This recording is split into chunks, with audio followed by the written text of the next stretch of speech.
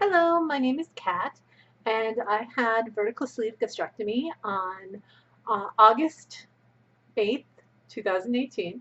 I don't know why I have a hard time saying that, but I do. My high weight before I started the whole process was 370. I am 47 and I am 5'5". So I lost 50 pounds before my surgery doing a keto-based pre-op diet. I had to lose 40 pounds for my program, and I ended up losing 10 more. So yay! My day of surgery weight was 320, and my current weight today is I almost said three. It hasn't been three for a while, so I don't know why I was going to say that. 270.6. So I am zero point 0.6 pounds away from having lost 100 pounds. That makes my weight loss for the week, I think it's 2.6. I'm going to double check. 2.6. What's funny is this month I've sort of like I've been in this realm before. I don't know if it was when I like the one that I had taped, but yeah, I have been knocking on the door before, and then Thanksgiving happened, and I gained weight, and then started to lose, then held weight, and then started to lose weight. This week has been pretty good with the weight loss. Still, I really want to be 100. I wanted to be 100 for today. I have found that, yeah, steak is the answer. So steak and burgers, if I actually was more strictly carnivore than I am, because I'm pretty, like, most of what I eat is meat and cheese. But even the meat and cheese that I have, I think, like, I have breakfast sausage in the morning along with some cheese. And I think that if it just did steak constantly, it would be a lot better.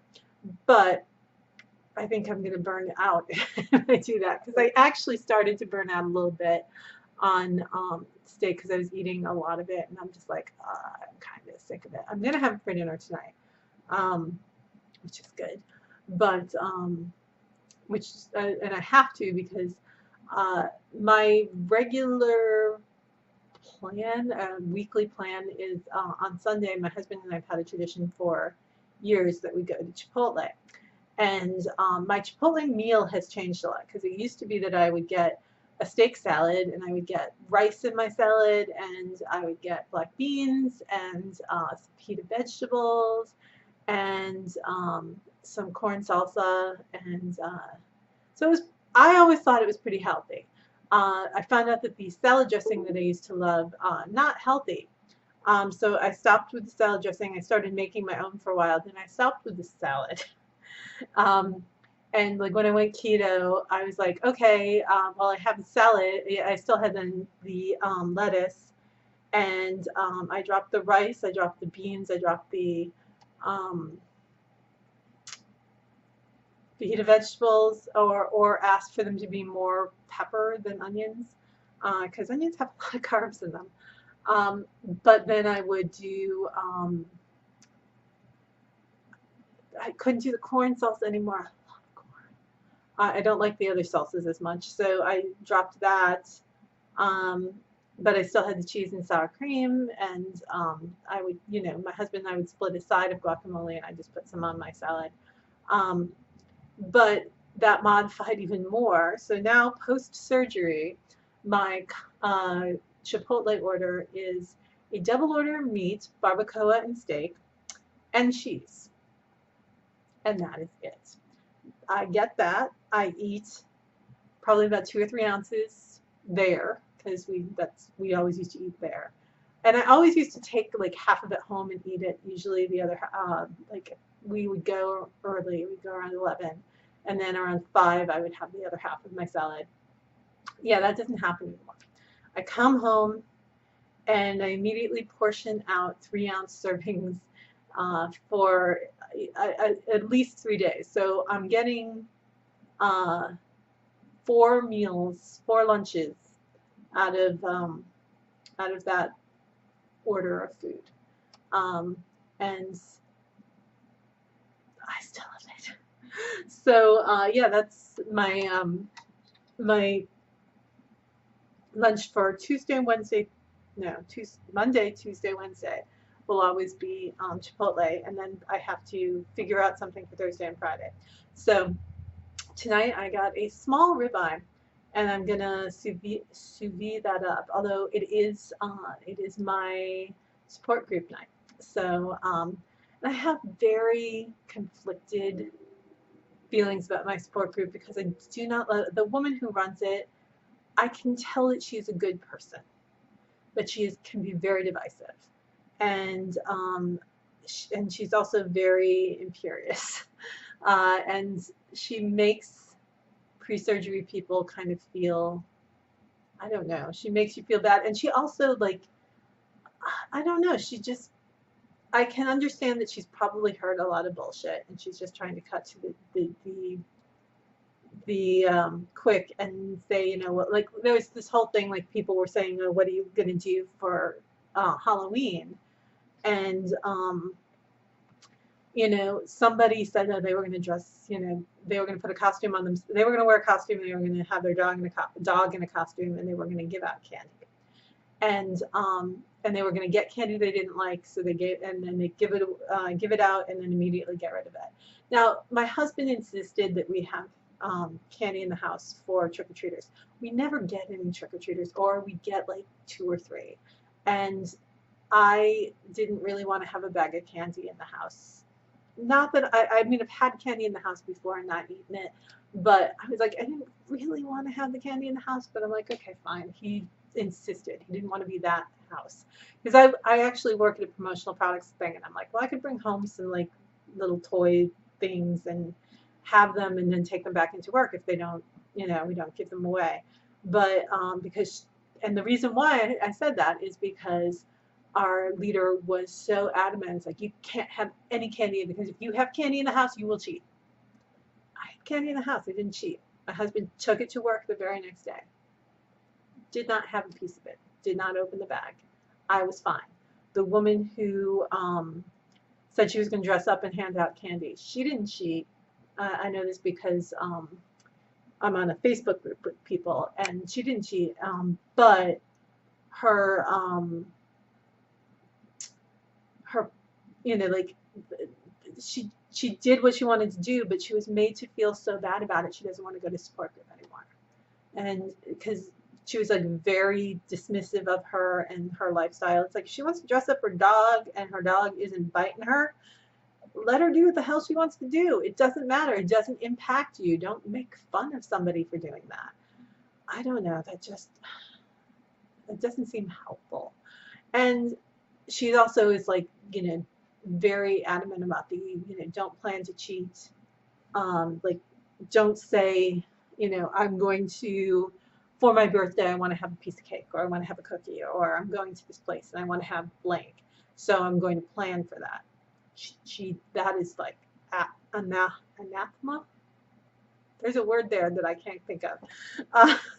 But yeah, she's just very anti that. She's like, you can't plan, you know, it's like, you will fail. You know, you'll have slip-ups, but don't plan for them. And I'm like, I don't know. I think it's okay to say, you know, for my birthday or for this holiday or this trip to, you know, I follow AD Keto, who I think is great, and his wife is great too. And they're going to, they're not weight surgery, they're just straight up keto, but they're going to Universal Studios. And they know that they are going to have they're big Harry Potter fans, and there's like frozen butterbeer, and they're like, we are going to have some of that. It's not on plan, but we are going to have some of that because this is our lifestyle, and our lifestyle, you know, like our life and our enjoyment of our life isn't going to be hamstrung by, you know, this thing. And it's like, you know what, I kind of really agree with that. Like 90% or more of the time, actually, probably more. I'm going to say like 95% of the time, I eat exactly what I'm supposed to be eating. And occasionally, I will have something like, I had some popcorn this week. I really shouldn't have popcorn for a couple of reasons. They say the kernels can get caught, but I really love popcorn. I hadn't had it for, God, wow, a long time, over 6 months. I hadn't had any popcorn. So I had a cup, maybe a cup and a half of popcorn. Um, and I chewed it really well. I tried not to avoid any pieces that had, that were more the jagged stuff, because that's not good for the pouch. But yeah, it's like being able to have, like, there are things I shouldn't eat because it's dangerous for my stuff, my pouch, or irritates the pouch. But I kind of feel like I can have, if I really want to eat something, I should be able to eat something once or twice in a small amount, but not every day. I shouldn't make it a habit. I should not, like I used to love Trader Joe's movie popcorn. I would come home from work and I would eat half a bag. I mean, honestly, I could eat a full bag, but I usually try to eat just a half a bag a night. We went through a lot of it. It's not that pricey, but I still went through a lot of it. And my husband was always like, do we really need 4 or 5 bags a week? Yeah, we kind of do. We kind of need that much. But having, changed my lifestyle and knowing that I really enjoy that popcorn, being able to have a little of that, somebody had it at work, and I just had, like 2 handfuls, and that was good. I felt satiated. It's like I'm not going to get movie theater popcorn because it never tastes as good as that one. Like actual popcorn at a movie theater. It always tastes like crap. It smells wonderful and you taste it and you're like, this is not as good as the smell is. Whatever they do there at Trader Joe's movie theater popcorn, I mean, it is called movie theater popcorn. It's wonderful. Can't have it all the time. Really can't have it all the time. Can't even have it regularly. I just have to have it very occasionally and enjoy it, and that be it. I know I'm at the point now where I need to, I'm thinking about joining a gym. I really don't want to spend the money right now, but I am at that point where it's going to be a good investment to join the gym, and I want to get to that regular exercise. It's funny though, because I don't want to join the gym at the beginning of the year. I'll look and see if they have sales at the beginning of the year, because if they do have a good sale, yeah, sure. But I know I'm joining it for the long haul, not for, the next 2 weeks. And I heard a great, they just opened a new Super Sport. I wish it wasn't a Super Sport, but the 24-hour Super Sport very near to my house, like within half a mile, maybe a mile, of my house. So I'm like, well, that's great. It has a pool, so I can do water walking and water Zumba and stuff like that in there. But I also want to get back to doing regular like Zumba classes. I really enjoy that. So I've done those things at this weight before, but my knees got a little screwed up, during the whole process. So of gaining the weight, it's not quite as easy as it was before, although I am walking better. Where were we? We were at something the other day, and this weekend was very busy.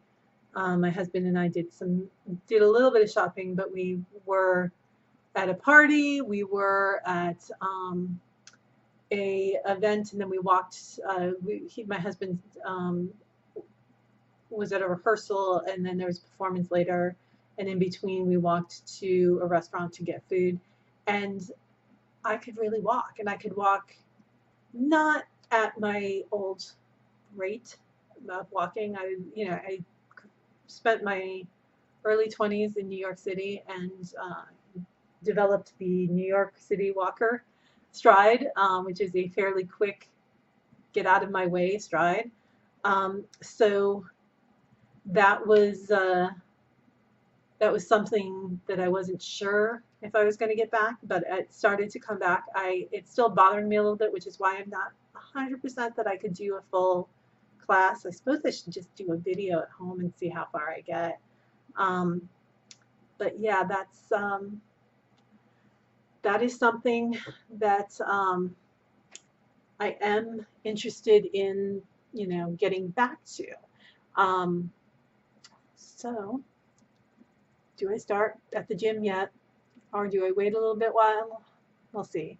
Costco actually has a great deal for memberships. I mean, it's a great deal. Those memberships are so expensive.